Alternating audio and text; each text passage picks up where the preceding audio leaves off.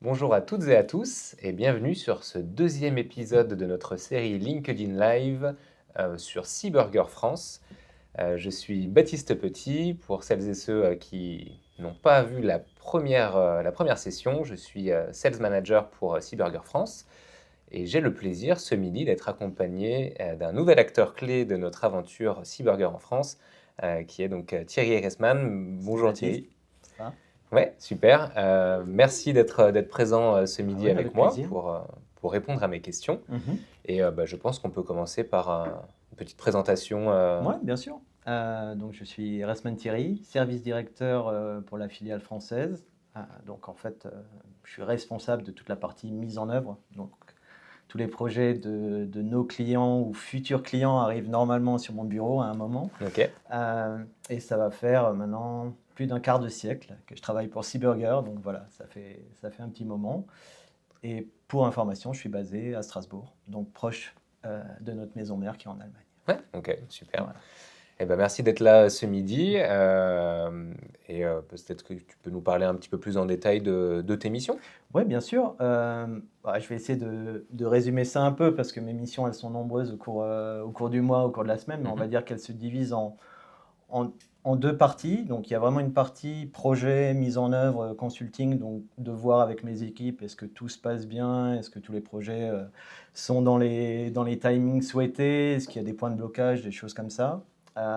Ça, c'est, on va dire, 50% de mon travail, en sachant que moi aussi, je suis encore consultant. Donc, D'accord. c'est une partie que j'aime et donc je garde toujours la main sur cette partie-là. Et puis après, j'ai 50% qui sont plus dédiés à la partie avant-vente. Mhm. Donc, avec ma collègue que vous avez pu voir la semaine dernière dans le live, où on va s'occuper plus des appels d'offres, estimation des projets, démos chez nos prospects, etc. Donc, voilà, ça s'oriente sur ces deux axes-là, principalement au cours du mois.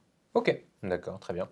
Donc du coup, tu fais ça depuis déjà un petit moment. Ouais, depuis un petit moment, ouais. J'imagine qu'il y a quand même pas mal de choses qui te plaisent aussi dans ces missions. Qu'est-ce qui te plaît le plus au quotidien? En fait, j'ai essayé d'y réfléchir, hein, Ouais. comme je savais que tu allais me poser la question et en fait, après 25 ans chez Seaburger, je me rends compte que je me suis jamais ennuyé, et ça, D'accord. c'est vraiment quelque chose qui me plaît, Mhm. parce qu'on a toujours eu chez Seaburger cette envie d'évolution, quoi. Donc Mhm. le produit qu'on avait il y a 25 ans, c'est pas le produit d'aujourd'hui et ce sera pas le produit de demain. Ouais. Donc on a vraiment cette culture d'innovation chez Seaburger aussi. On va le voir prochainement avec des choses qui arrivent comme tout ce qui est IA, B-Sub, etc. Ouais. Donc on a pas mal de choses chez Seaburger qui font que moi j'aime ça, j'aime ce côté technique et ce côté évolution. Donc ça c'est vraiment un point clé pour moi parce que voilà, je viens de là et au départ j'étais consultant, donc Mhm. voilà, ça reste dans mon ADN. Et après il y a le côté client aussi, la satisfaction client qui est une chose importante pour moi, en sachant que sur des projets EDI, EAI, voilà, c'est des clients qu'on va avoir sur une longue période, sur un long terme. Ouais. Donc forcément, on- on crée des liens, on tisse des relations avec eux. Et donc ça, c'est quelque chose qui me plaît beaucoup aussi chez Seaburger, tout ce côté voilà, échange avec le client et de suivre, de l'aider quand il a des problèmes, parce qu'on peut aussi avoir des problèmes parfois. Et voilà, la satisfaction quand un projet se déroule sans accroc, je vais dire. Bien sûr, Voilà, ouais. voilà. Ok, bah, c'est super intéressant et peut-être que tu peux également nous parler un petit peu des points forts de la partie mise en œuvre chez Seaburger. Ouais, chez Seaburger, en fait, vous l'avez vu dans les précédents lives, hein, Seaburger, ça fait quasiment 40 ans qu'on est présent dans le domaine de l'intégration. Mm. Donc, avec toute cette expérience, on a pu mettre en place, je vais dire, une sorte d'industrialisation de tout ce qui est mise en œuvre, Mhm. donc mise en œuvre des projets. Il y a déjà un point qui est important pour moi, c'est avant même que le projet commence, c'est la façon dont on va estimer le projet. Donc déjà pour cette partie-là, on a des choses industrialisées, c'est-à-dire qu'on a des schémas clairs de comment on va implémenter un partenaire, un mapping, etc. Bon, Ouais. je ne vais peut-être pas rentrer trop dans la technique, quoi, mais c'est l'idée qu'on a vraiment un schéma clair de qu'est-ce qu'on doit implémenter chez le client pour que ça fonctionne.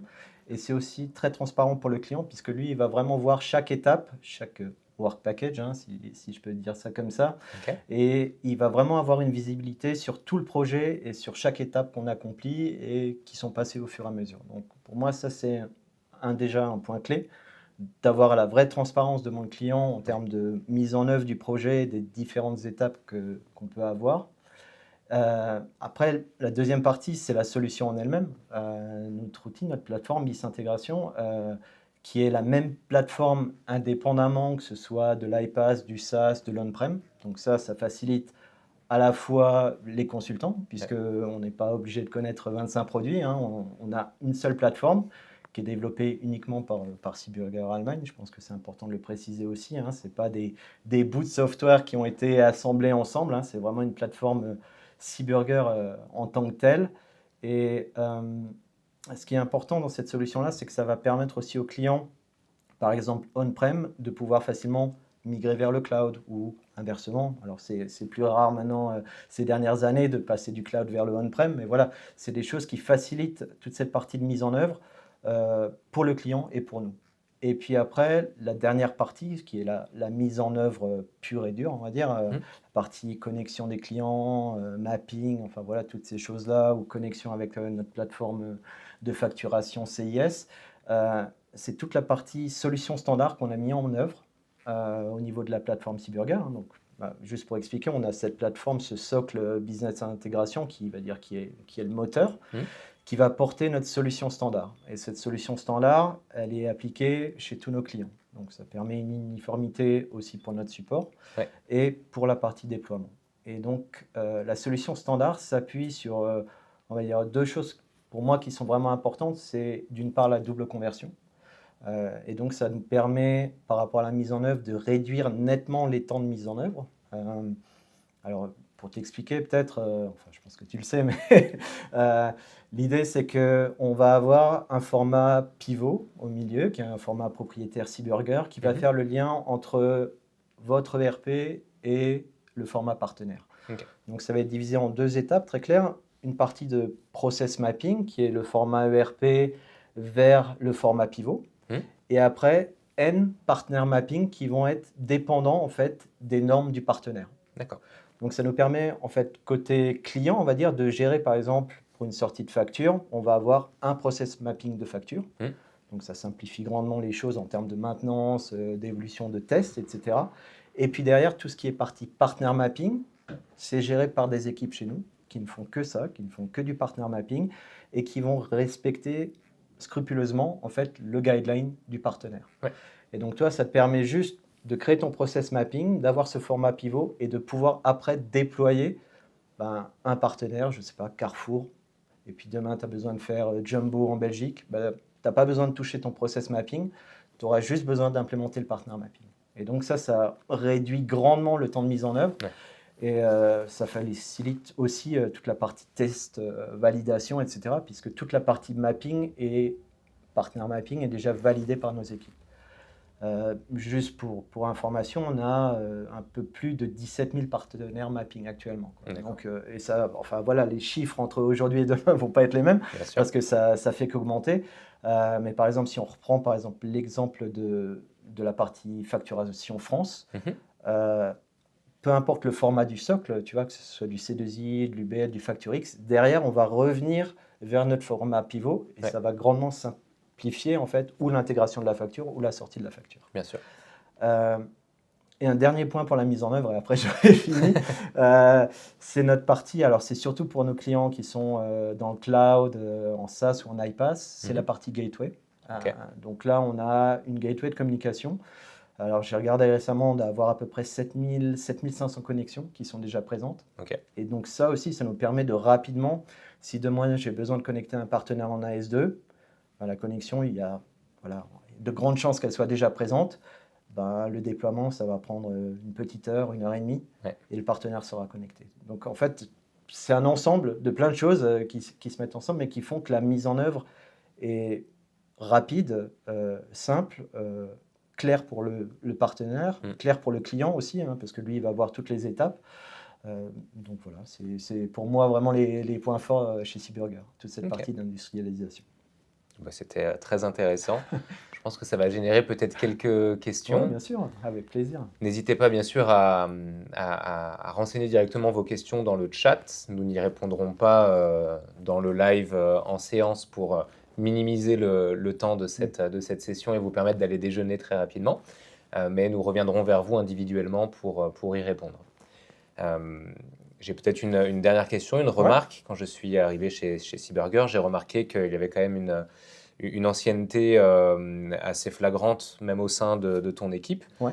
Qu'est-ce qui, selon toi, fait que les personnes restent longtemps chez Seaburger? Oui, c'est vrai que l'ancienneté, elle est assez élevée. Alors déjà en France, hein, je pense qu'on doit être je sais pas, entre 8 et 18 ans, on va dire, de moyenne d'ancienneté. Ouais. En sachant que là, on est aussi en cours de recrutement, mais qu'on essaye quand même de prendre des personnes qui ont aussi de l'ancienneté dans le domaine de l'EDI. Hein. C'est important aussi pour nos clients, futurs clients, d'avoir des personnes qui ont déjà la compétence et qui savent de quoi elles parlent. Après, je crois qu'en Allemagne, il y a eu des sondages qui ont été faits. On est à peu près aux alentours de 10, un peu plus de 10 ans d'ancienneté de moyenne, hein, sur les 1200 employés, donc c'est énorme. Moi, personnellement, je pense que c'est en fait l'état d'esprit de Seaburger qui fait que les gens restent, hein, parce que voilà, comme je te l'ai dit au départ, il y a déjà cette envie d'évolution, donc un produit qui évolue. Donc c'est intéressant pour les gens, c'est pas rébarbatif, c'est pas quelque chose, voilà, ça fait 25 ans que tu fais la même chose, même si un message EDI reste un message EDI, mais voilà, il y a toujours cette notion d'évolution. Et puis après, on a plein de nouveaux produits qui arrivent, on a une culture, alors en français, je ne sais pas le nom, hein, mais tout ce qui est corporate culture, tu vois, qui est assez présente aussi, voilà, avec les différents pays, puisqu'on a des filiales dans le sud, enfin, dans les Europe du Sud, Europe du Nord, voilà, on a souvent des meetings tous ensemble. Donc voilà, c'est un ensemble de choses qui font que je pense les gens restent parce qu'ils y sont bien. Voilà. Je pense que c'est surtout pour ça. Ouais. Ok. Merci, merci pour ta réponse et puis merci pour toutes les informations que tu nous as partagées ce midi.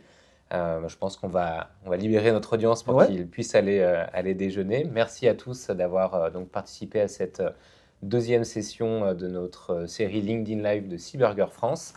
N'hésitez pas bien entendu à venir nous suivre sur LinkedIn et sur les réseaux sociaux de manière globale pour suivre les prochains épisodes de cette série. Et puis donc merci Thierry, merci à tous et bon appétit et bonne journée. Bon appétit. À bientôt, au revoir. Au revoir.